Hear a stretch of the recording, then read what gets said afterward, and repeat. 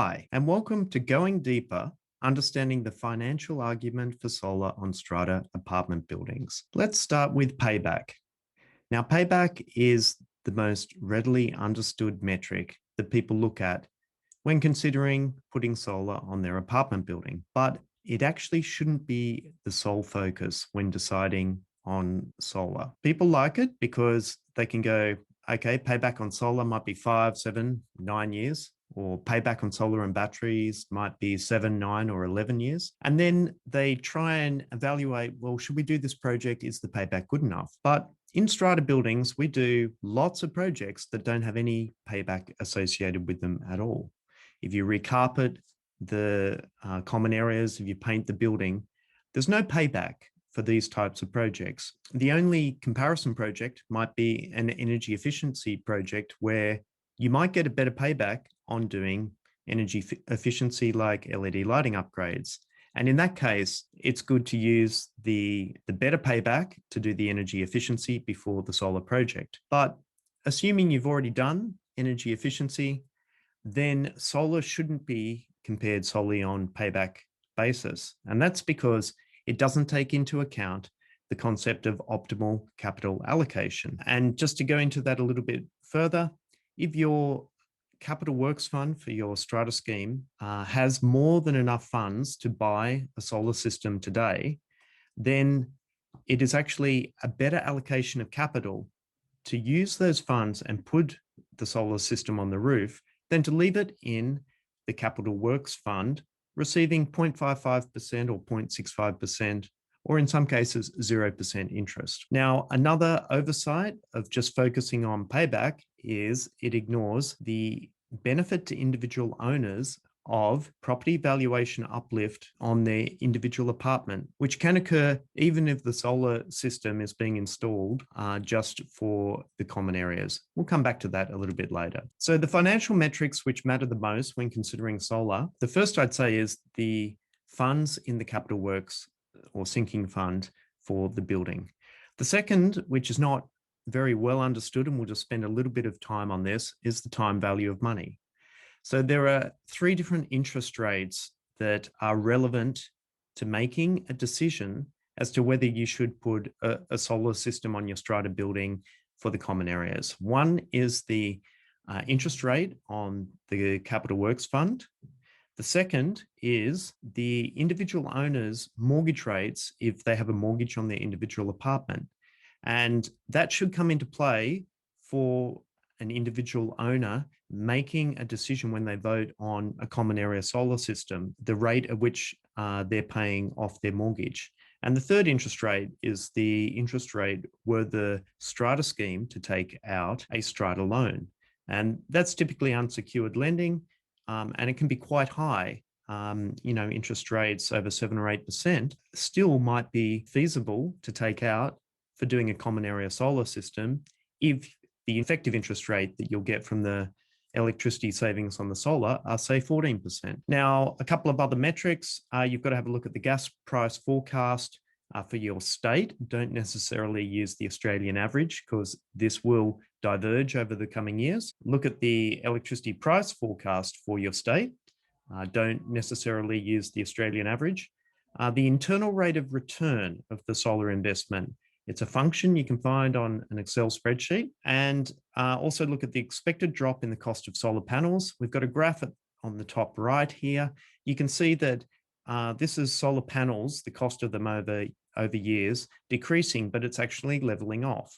And then the other thing to look at is the scheduled decrease in the federal solar rebates each year up to the year 2030 when the rebates will end.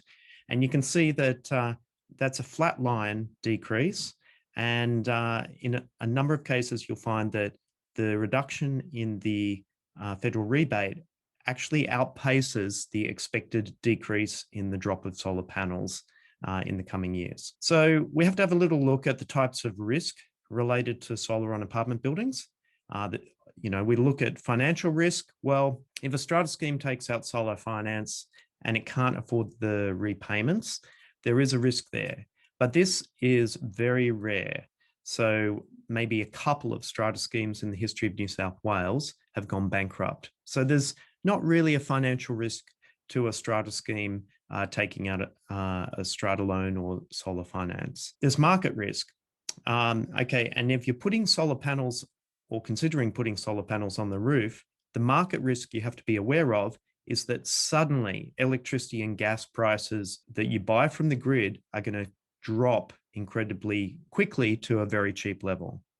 Now, what is the risk of this market risk? It's probably not likely, and we'll come back and we'll have a little bit more of a chat about that later. Now, vendor risk. There are 5,800 solar installers in Australia. There are some Phoenix companies that install a lot of solar and then shut down, so you don't get ongoing support. On the other hand, you've got these companies that do solar in the market that might have existed for, say, 65 years, like SolarHeart, or 184 years, like AGL. And there's a good chance that those companies don't pose any vendor risk and that they will be around for the 25 years of your expected solar system lifespan. Now, the final one, operational risk. You could have a fire from the result of poor electrical work on the solar installation. Just to quantify that risk is probably less than 0.05%, so not a big risk there. Some other operational risks, water penetration as a result of the solar installation, structural integrity of the roof, and roof maintenance work requiring the panels to be temporarily moved. Well, have a think. You could mitigate those three operational risks through using lightweight, flexible solar panels, which are glued down onto the roof, and that would mitigate those three risks. So there is a way through managing each of these risks for a strata scheme. Now, let's just have a little look at risk and return. So you've got relative risk and you've got reward or returns from installing a rooftop solar system.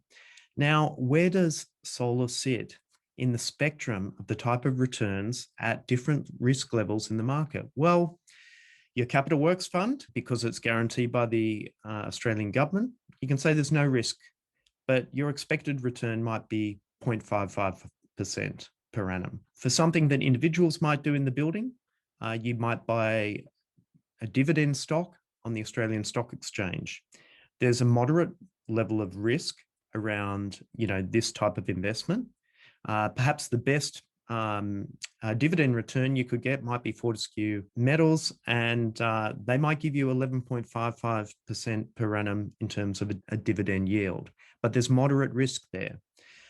Similarly, an individual in a strata scheme might look at buying an investment property, an apartment in Sydney. Now, the very best rental yield for an apartment that you can get in Sydney is probably up to 4.92% per annum. And you're still carrying moderate to low risk if you were to do a property investment. Now, let's look at solar. Solar is a low risk investment, and the expected return of a solar system on top of a apartment complex could be between 6 to 14% per annum. So you can see solar is a low risk investment, which is high yielding.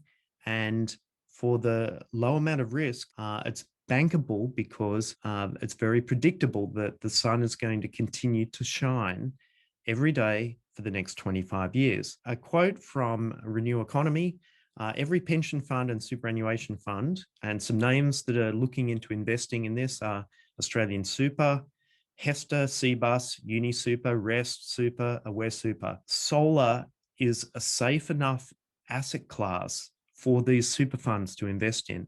So just have a think. If it's safe enough for your super fund to invest in solar, is it safe enough for your owners corporation, your strata scheme, to invest in solar? Now, another concept we have to have a look at is opportunity cost, or the cost of delay. I'm just using a case study here. Recently, a residential strata scheme was quoted $88,000 for a 75 kilowatt solar system. They had a payback of 6.7 years. Keep in mind, this building had locked in their electricity contract for 3 years. If, for example, electricity prices rise in years 4, 5, and 6, if they installed solar today, then the payback would actually decrease from 6.7 years to a lower amount. It could decrease down to 5 years payback. As you can see, payback is fixed at a point in time, but it's relative to how long you've fixed your electricity prices. And most strata buildings don't lock in for 3 years on an electricity contract. Most go year by year on their electricity contract. Now, this strata scheme had more than enough funds in the Capital Works Fund to pay for the solar system immediately.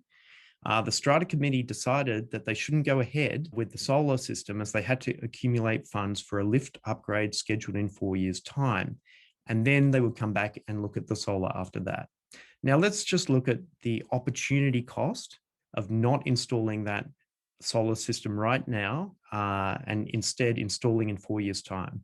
So that building is going to lose $1,000 of electricity savings for 48 months in a row, at least $48,000. If electricity prices go up in years 4, you'll actually save more on electricity than $1,000 a month. By delaying, there's a schedule where the federal government rebates decrease each year, and installing the same size solar system in 4 years' time, they'll lose $14,000 in government rebates. Now, an intangible that wasn't in the business case was when you put solar panels on the roof of a building, it improves the insulation, and that reduces the common air conditioning costs. So this building has very high common air conditioning costs because they've got a central cooling tower system.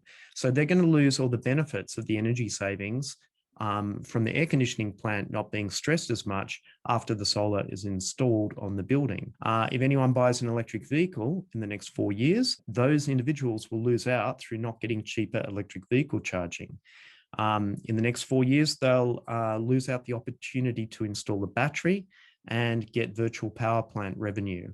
And finally, they'll lose the opportunity to get a capital appreciation on each apartment by approximately $30,000. So this is just trying to quantify the opportunity cost or the cost of delay if a strata scheme decides that we'll just put a solar decision on the back burner. Now, how does Neighbours for Apartment Buildings Ratings connect with solar? A solar system on that roof, that would decrease the common area electricity cost, and it would increase the Neighbours for Apartment Buildings star rating of this building by 0.5 star.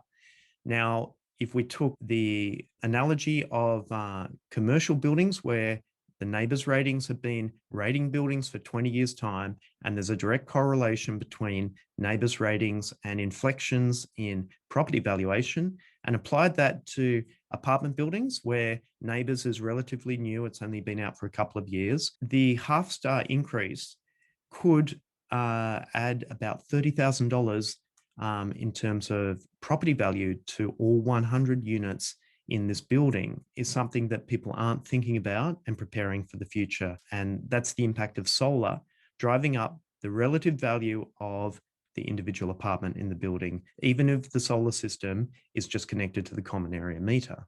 Now, a little bit of a chat about electricity and gas price forecasts. We have to say nobody has a crystal ball and can tell what's going to happen in either of these markets. Because solar lasts for 25 years, you have to have an outlook. What is solar going to do for our apartment building over the next 25 years? Well, let's just have a look.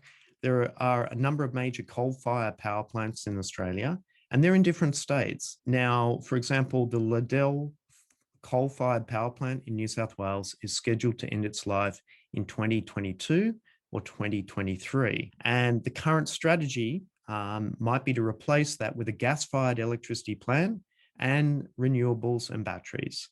Now, if New South Wales as a state was to go down this path, that increased demand for gas will drive up gas prices in New South Wales. And also, you could expect the electricity price to perhaps rise if gas becomes a more prominent input into the generation of electricity in the state. And with more renewables and batteries, you might get more volatility in the electricity price in New South Wales, potentially following down a path that South Australia has already gone through. So a common area solar system installed today provides a partial hedge against electricity and gas price movements over the next coming 25-year period. So just a little bit more before we finish up on what is a hedge. So hedging is a risk management tool that's designed to limit exposure to risk.